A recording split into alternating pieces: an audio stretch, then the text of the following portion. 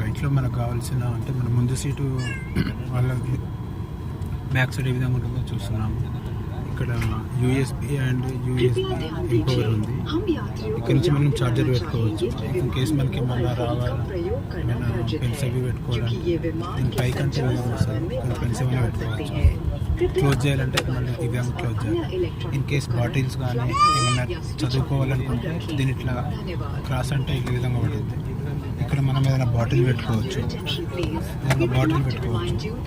ఇది study table లెక్క మనకు ఒక ప్యాడ్ లెక్క మీద బుక్స్ పెట్టుకొని చదువుకోవచ్చు. ఇంకా ఇందులో ఏమైనా బుక్స్ కానీ ఇవి కానీ ఈ విధంగా పెట్టుకోవచ్చు. ఇంకా చివరికి వస్తే మనకు బెల్ట్ ఈ విధంగా ఉంటుంది. నేను రోజు విండో సీట్ పక్కన కూర్చున్నా. చూడండి అవతల ఫ్లైట్లు ఏ విధంగా ఉన్నాయో.